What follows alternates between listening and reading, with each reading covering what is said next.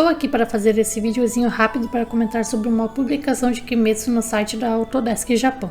Não é segredo que vários cenários de anime são 3D, mas você sabia que utilizarem várias outras coisas, até mesmo nos corvos? Vamos falar um pouco sobre esse trabalho incrível da Ufotable que enganou até profissionais da área.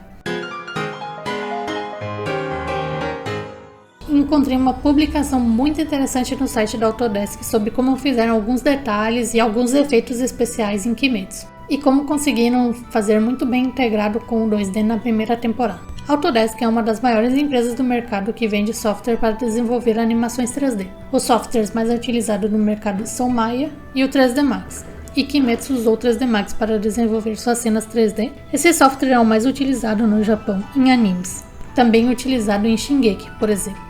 Então, o que eu achei muito interessante para trazer um vídeo sobre essas publicações foi o processo que utilizaram para mesclar o 3D com o 2D. Teve muitas cenas em Kimetsu que são inteiramente 3D, vulgo cenários e personagens, mas que souberam utilizar muito bem os movimentos dos personagens e das câmeras para que fosse pouco perceptível. Isso é um ponto muito positivo que temos em Kimetsu. Soluções inteligentes no storyboard que trouxeram uma resolução muito boa para que fizesse essas cenas inteiras no 3D.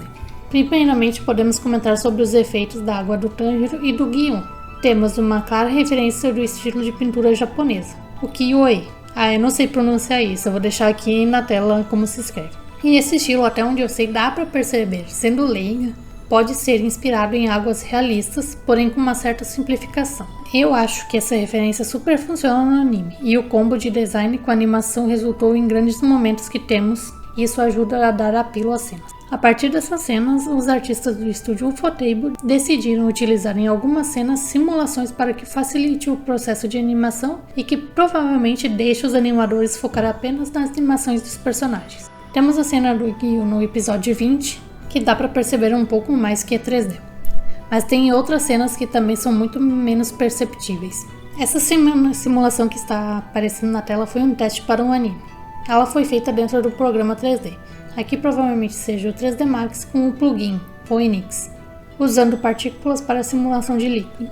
Para fazer isso, normalmente se começa fazendo simulações apenas com as partículas do software, e depois que chegam ao resultado desejado de movimento, vamos para a parte onde convertemos em mesh, para que aí sim possa ser aplicado o shader que é desejado pelo artista. Para quem não sabe, mesh nada mais é do que a malha que reveste o modelo. É praticamente mostrar aquilo que é um modelo. Já o shader é um material que vai ser aplicado. Por exemplo, é ele que faz com que um objeto precise parecer uma madeira, vai parecer uma madeira.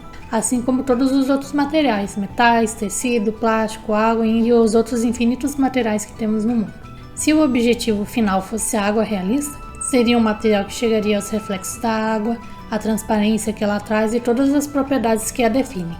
No caso de Kimetsu, eles desejam chegar num resultado que parece mais 2D do que realista. Então é construído com material onde precisa ser mais flat e que geralmente é representado pelo azul e branco para que se distancie do 3D e se aproxime mais do 2D, que combine com a linguagem artística da referência usada. Então vamos lá para o final da temporada, onde os 12 demônios inferiores encontram Muzan, dentro daquela casa que parece ser infinita. Nesse vídeo que está passando, veja como é construído esse ambiente. Temos um preview onde todo o ambiente é 3D, inclusive temos um boneco de 3D de referência, para o animador que vai animar de forma tradicional por cima. Com o surgimento do 3D, esse tipo de processo está ficando cada vez mais comum para a criação de cenas muito complexas, e é um processo que facilita muito a vida do animador tradicional, quando se tem essa referência, para que possa segui-la e ter um resultado mais assertivo. Nesse vídeo também temos um pouco do processo de render 3D para tornar uma imagem final 2D. Render é a conversão de um projeto 3D em uma imagem. Por exemplo, se eu tenho um modelo de uma casa dentro de um software 3D, nesse caso temos 3 dimensões no mundo real. O render é a conversão desse mundo tridimensional para que seja uma imagem 2D, flat, e deixa de ser parte do 3D. Posteriormente se faz o render no 3D para que gerem os passes, que é uma forma de render que gera diversas imagens separadamente e guarda todas as informações do 3D, e assim podendo ser melhor trabalhada no setor de composição. Eu não consigo citar todos os passes desse vídeo e para que serve. Um profissional do Look Dev, que é um setor do processo inteiro de animação, conseguiria falar muito melhor do que eu, mas vou fazer o meu melhor e vou citar alguns nomes que eu sei para que serve. Esse é o projeto cru do 3D, onde temos toda a modelagem de todo o cenário e onde vai se passar toda a cena. Também tem um bonequinho bem veinho do Tanjiro se movimentando pelo cenário. Aqui temos o ambiente occlusion, que serve para gerar as sombras de contato entre um modelo e outro. Ele marca melhor a sombra desses pontos, podendo gerar um maior contraste na imagem final. Esse aqui é o Diffuse, que é simplesmente a imagem crua com a sombra e luz que foram marcadas dentro do projeto 3D. Aqui são as linhas de contorno das extremidades da modelagem para compor junto com a imagem final e denominar o contorno de toda ela. Geralmente no 3D não tem contorno como no 2D, então é necessário também fazer todo um trabalho extra para gerar essas linhas que fique mais harmonioso com a linguagem 2D. Aqui são as Normal Map, que gera relevo nas superfícies e com o cálculo de luz e sombra também gerando mais profundidade na cena. Esse deve ser o Specular Map ou Reflection Map. Se alguém que conheça melhor o processo souber, deixe aqui nos comentários para a gente saber qual é. Specular Map é um mapa que controla a reflexividade de um material para superfícies não metálicas. E o Reflection Map nada mais é do que o mapa de reflexão dos materiais. Esse é o ZDF utilizado para desfocar o que for necessário na composição. Dentro de um software de composição, você tem uma câmera e controla o foco da cena a partir desse mapa. Esses são os mapas que consegui identificar. Tem vários outros, sinceramente não sei para que serve, mas seguimos. Depois de que está tudo pronto, cada imagem dessa renderizada separada é possível juntar todas em uma imagem em camadas, como no Photoshop, para alguns que já devem fuçar no programa, e mexer em cada propriedade dessa, dando mais contraste na imagem, trabalhar a cor do jeito que você precisa, controlar o foco, ajustar tudo conforme for necessário. Agora vamos voltar para o episódio 17.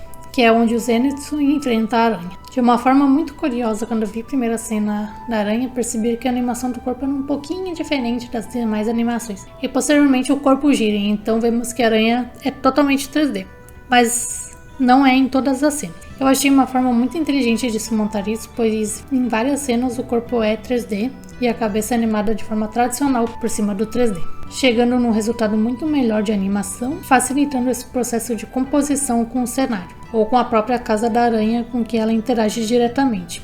Isso é muito inteligente pelo fato de que nos personagens é comum que o espectador olhe diretamente para a cabeça e para os braços. E aqui, com a cabeça sendo animada tradicionalmente, o corpo fica como algo secundário, então não chama tanto a atenção quanto a cabeça. Fiz um teste aqui que ilustra melhor isso. Temos um corpo modelado em 3D, com aplicação de material para ficar mais semelhante ao 2D, mas aqui a cabeça é aplicada em um plano no 3D, onde recebe a animação que o animador fez de forma tradicional, gerando o resultado que temos no anime. Então temos uma outra coisa muito semelhante utilizada na parte onde o Aganezuka chega na casa do Urokodaki para entregar a espada ao Tanjiro. Gente, olha, se eu estiver pronunciando errado, perdão. Enfim, continuando. Aqui temos a parte onde a câmera foca no chapéu de samurai com sinos de vento. Esses sininhos são feitos em CG, que também é uma saída muito inteligente para que propriamente na publicação eles comentam que para animar de forma tradicional seria muito complicado, já que esses sininhos não param de se mexer. Eles devem fazer toda a cena animada tradicionalmente, aprovada pelo diretor e posteriormente construir os sinos em 3D para que a movimentação deles responda exatamente à movimentação do chapéu e da cabeça do Aganezuka. Também comentam sobre o controle de qualidade e o custo que usam para 3D ajudar nisso. Diversas vezes usam CG para facilitar o trabalho de desenho quanto da animação. Nesse caso de Kimetsu, os corvos também são 3D, porque justamente é muito difícil desenhar animais em diversos ângulos, além de manter a consistência de design dos animais. É muito difícil desenhar cenários, como casas, edifícios, e assim fica mais fácil fazer tudo em 3D, melhorando o senso de perspectiva e criando uma unidade, além de ter um reaproveitamento maior. Por exemplo, o quarto que os três ficam na mansão borboleta, no final da primeira temporada. Antes de tudo, os profissionais normalmente pegam uma cena, ou uma sequência de cenas do storyboard, e olham para saber quais personagens vão aparecer, os cenários e o objeto da cena. E assim avaliam a complexidade e então chegam na conclusão do que vai ser feito. Se o background vai ser feito com ilustração ou vai ser 3D. Nesse caso, preferiram fazer 3D. Então os profissionais modelam apenas um set e conseguem aproveitar nesse mesmo set todos os ângulos que for necessário. Se fosse um BG desenhado, como era mais recorrente antigamente, a cada cena é um novo desenho dependendo da complexidade e a quantidade de cena. E com as peças que eu comentei antes, que o render 3D gera, No setor de composição, os profissionais conseguem brincar com isso e fazer com que fique tudo mais harmônico. Eu fiz esse vídeo porque eu achei muito interessante essa publicação, de como eles contam os processos e como eles vão usando o 3D para facilitar a vida dos profissionais, fazendo detalhes e elevando a qualidade dos animes. Não é sempre que temos essas coisas abertas ao público. Então é isso, se você curtiu, deixa o like, comenta o que acha sobre os usos de CG. Pra mim, sinceramente, eu acho um uso muito bom, porque justamente facilita a vida dos animadores, dos profissionais, e talvez eles possam ganhar um pouco melhor, eles possam trabalhar menos, apenas talvez. Comenta o que acha sobre o uso de CG e compartilhe com os amigos para que esse canal possa crescer mais e chegar a mais pessoas que gostam de saber sobre esse tipo de assunto. Espero que tenham curtido. Obrigado para quem assistiu até aqui. Tchau!